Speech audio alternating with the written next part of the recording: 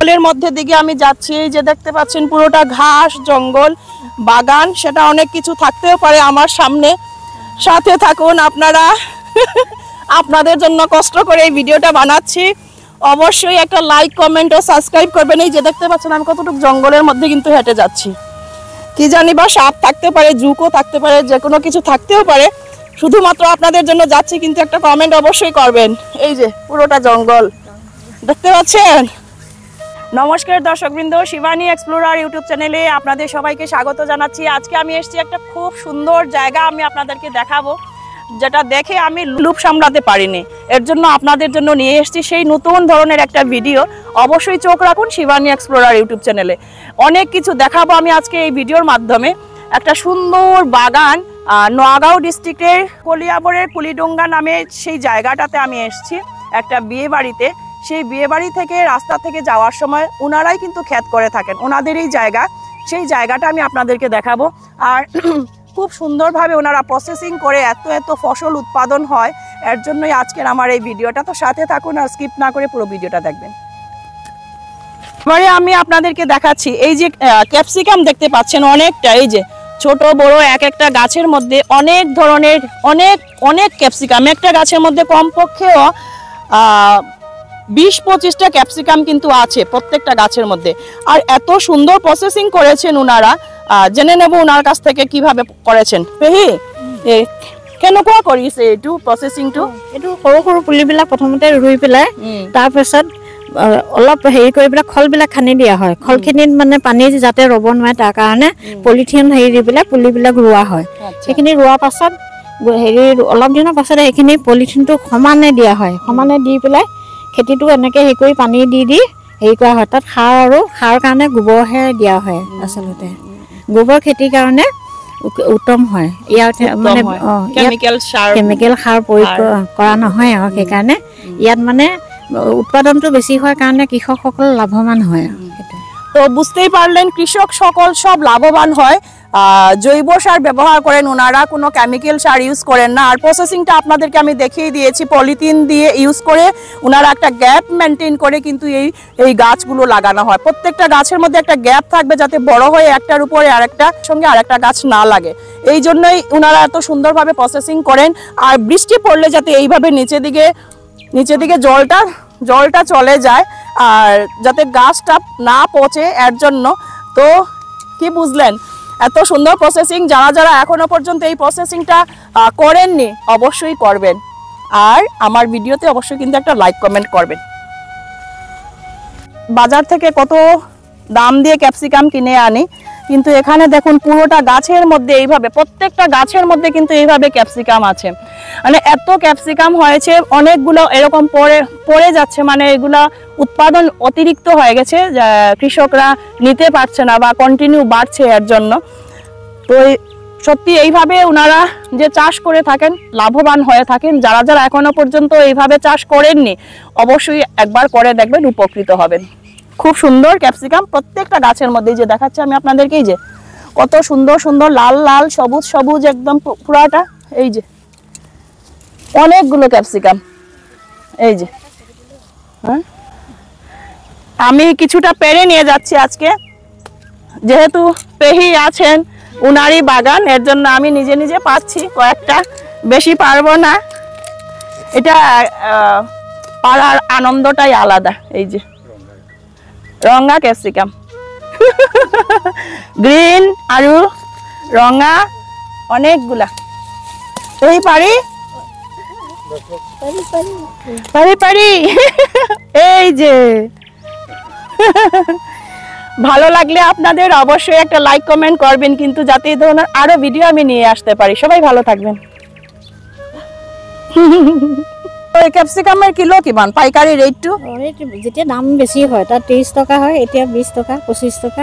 20 টাকা 25 টাকা পাইকারি রেট। ওনারা কিলো কিনছেন 20 টাকা 30 টাকা। আর আমরা কিনতে গেলে কত হয় বুঝেন, সেটা 70 থেকে 80 টাকা বা 100 টাকা 120 টাকাও যায় কোনো সময়। এই যে পুরোটা দেখুন, আপনাদেরকে দেখাচ্ছি একটা গাছের মধ্যে কতটা মরিচ। এইভাবে পুরোটা মাঠ একটা কয়েক কাঠা নিয়ে এইগুলা লাগানো হয়েছে, আর এত ফসল হয়েছে মানে কি বলবো, সেটা আপনাদেরকে আমি বলে বোঝাতে পারছি না। এখান থেকে কিন্তু যায়, বাইরে যায়, অনেক জায়গা যায়। এই যে লোকাল, এই যে এটা হচ্ছে লোকাল সবজি, এগুলা থেকে ওনারা পেরে নিয়ে যান, বাজারে বিক্রি করেন, ওইখান থেকে ওনাদের ইনকামটা আসে প্রত্যেকটা গাছের মধ্যে। দেখতে পাচ্ছেন এই যে প্রসেসিংটা, পলিথিন দিয়ে তারপরে যে একটা মেনটেন করে করে ওনারা সুন্দর করে লাগিয়েছেন। দেখতে বোঝা যায় একটার সাথে একটা লেগে গেছে, কিন্তু সেটা না, কিন্তু পোকামাকড় কিছু হয় না। ওনারা আর যাতে জঙ্গল না হয় এর জন্য এই পলিথিনটা দেওয়া, আর সুন্দরভাবে এই ফসল ওনারা করে থাকেন। টমেটো দেখুন, সারি সারি একদম টমেটো। এই যে বিলাহি বলি কই, এক একটা গাছে এক একটা একদম ঝুট বেঁধে আছে। এই যে ঝুপা ঝুপা পুরো।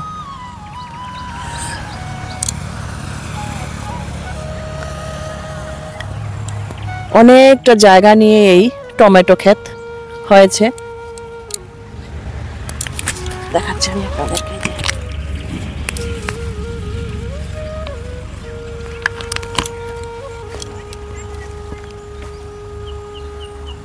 এদিকে দেখতে পাচ্ছি মরিচের গাছ, কিভাবে লাইন করে দিয়েছে সেটা আপনাদেরকে দেখাচ্ছি। এই যে মরিচ পুরোটা, এই জায়গাটা পুরো মরিচ, একদম পুরো লাইন লাইন করে। এই যে একটা কি যেন আছে এই জায়গাটা, প্লাস্টিক, এটা হচ্ছে এই যে প্লাস্টিকের মধ্যে দিকে যেন জল এর দিকে পড়ে যায়, এর জন্য গাছ যেন নষ্ট না হয়, এর জন্য সিস্টেমেটিকভাবে সুন্দরভাবে ওনারা একদম লাইন বাই লাইন করেছেন।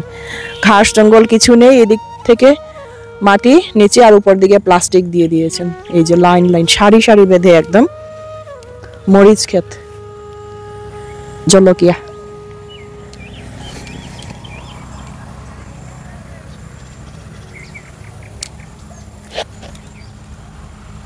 এই যেটা হচ্ছে লেসুরা খেতি, আছে অনেক, দেখাবো আমি আপনাদেরকে, সামনে গিয়ে দেখাবো কি কি আছে, সব কিছু দেখতে পাবেন। এই যে ওনারা কিন্তু খুব সুন্দরভাবে একটা লাইন দিয়ে প্রসেসিং করে, এখন প্রায় শেষের পথে। এই যে কিছুটা আছে ফ্রেঞ্চ বিন, একটু না তিতা কেরালা, একটু তিতা কেরালা লাগিয়ে আছে দে। অনেক সুন্দর ওনারা ফেন্সিং দিয়ে একদম সিস্টেমেটিক, কিন্তু প্রসেসিংটা আপনাদেরকে দেখাচ্ছি। এই যে পলিথিন দিয়ে গ্যাপ রেখে রেখে, যেভাবে উনি বলেছিলেন মরিচের সময়, প্রত্যেকটা জিনিস কিন্তু আমি এই বাগানটায় ঢুকে এইভাবে দেখতে পাচ্ছি। প্রত্যেকটা গাছ এইভাবে লাগানো হয়েছে, কিছুটা গ্যাপ দিয়ে দিয়ে। আর যেহেতু এটা এই যে কতটা ধরেছে দেখুন, আপনাদেরকে দেখাচ্ছি। তিতা কেরালা অনেক ধরেছে, অনেক অনেক অনেক, এভাবে প্রচুর, পুরো সারি সারি পুরোটা বাগান এইভাবে। যেহেতু এটা লত বেয়ে বেয়ে উঠে, এর জন্য সুন্দরভাবে ওনারা দিয়েছেন। এই যে তিতা কেরালা,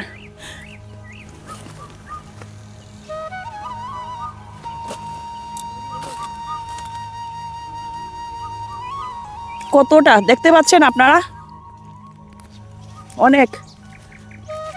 আমাদেরকে যে পেছনটা দেখতে পাচ্ছেন পুরোটা কিন্তু তিতা কেরালা, সুন্দরভাবে প্রসেসিংটা সেই সেম খুব সুন্দর। অন্য কিছু আবর্জনা এসে ঢুকতে পারে না এই গাছগুলোকে, এর জন্য কোনো ক্ষতিও করে না। অনেক কিছু ওনারা সার টার দিয়ে মাটি ভালো করে করে তারপর ওনারা লাগান, এর জন্য এত সুন্দর ফসল হয়ে থাকে।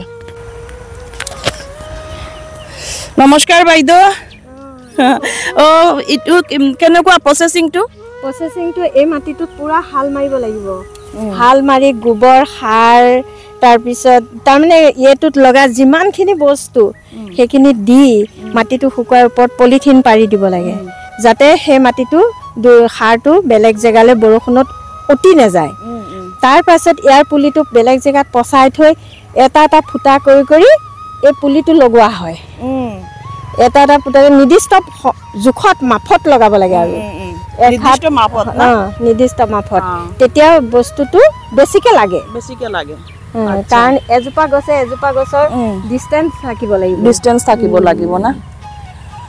তাৰপিছত এই ইয়াত তাৰমানে কোনো হেৰি নাই আৰু জংঘল নহয় আৰু এনেও ইয়াৰ ওপৰত পোক মৰা কীটনাশ এইবিলাক মাৰিব লাগিব, তথাপিও তাৰমানে এনেকৈ ইয়াৰ জলকীয়া খেতি কৰা হয়।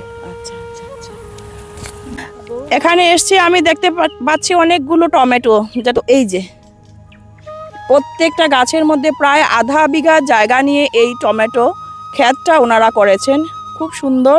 এখানে এসে একটা মেয়েকে দেখতে পেলাম, ও ঘাস কাটছে, যেহেতু জঙ্গল হয়ে যাবে আর টমেটোর জন্য ফসলের জন্য ভালো না, সেই জঙ্গলগুলা কেটে এই যে ও বস্তাতে কিন্তু ভরে নিয়ে যাচ্ছে, গরুকে খাওয়াবে, গরুর খাবার হয়ে যাবে আর এদিকে আমাদের সবজিটাও বেঁচে যাবে, সুন্দরভাবে সবজিটাও গ্রো হবে। এই যে কি করি আছে ইয়াতে ঘাট তুলি আছে, কি কারণে? গরুর খাবার কারণে। ঠিক আছে, তো বুঝতেই পারছেন একটার সাথে একটা কোরিলেটেড, একটা জিনিস আমরা খাবো আর ওই ওয়েস্টেজ জিনিস দিয়ে কিন্তু আমাদের অন্য আরও কিছু প্রাণী বেঁচে যায়, যেমন ওই ঘাসটা হচ্ছে ওদের ফেভারিট খাবার, মেইন খাবার। এই যে অনেকগুলো টমেটো নষ্ট হয়ে গেছে, এই যে পুরোটা লাইন ভরে ভরে এই ধরনের টমেটো।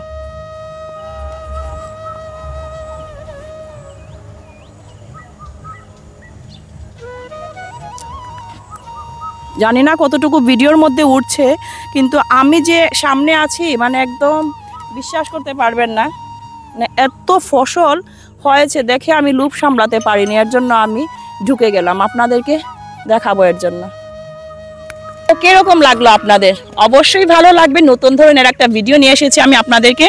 এই যে লাল ক্যাপসিকাম একদম যেটা আমরা বাজার থেকে কিনে নিয়ে আসি অনেক দাম দিয়ে, এখানটায় দেখতেই পেয়েছেন আপনারা, একদম সুন্দর প্রসেসিং ভাবে ওনারা করেছেন। আর এই যে লাল সবুজ সব কিছু ক্যাপসিকাম, অনেক কিছু দেখিয়েছি আজকের আমার এই ভিডিওর মাধ্যমে। আপনাদের কেমন লাগলো অবশ্যই একটা লাইক কমেন্ট ও শেয়ার করে পাশে থাকবেন বরাবরের মতো। ফিরছি আরও একটা ভিডিও নিয়ে অতি সত্বর, আপনাদের সাথে আবারও দেখা হচ্ছে। যারা আমার চ্যানেলে সাবস্ক্রাইব করেননি প্লিজ একটা সাবস্ক্রাইব করে দেবেন, যাতে আমার উৎসাহটা আরও দ্বিগুণ বেড়ে যায়, আমি আরও অনেক ভিডিও নিয়ে আসতে পারি আপনাদের জন্য। সবাই ভালো থাকুন, সুস্থ থাকুন। আজকের জন্য এখানে বিদায় নিচ্ছি, টাটা।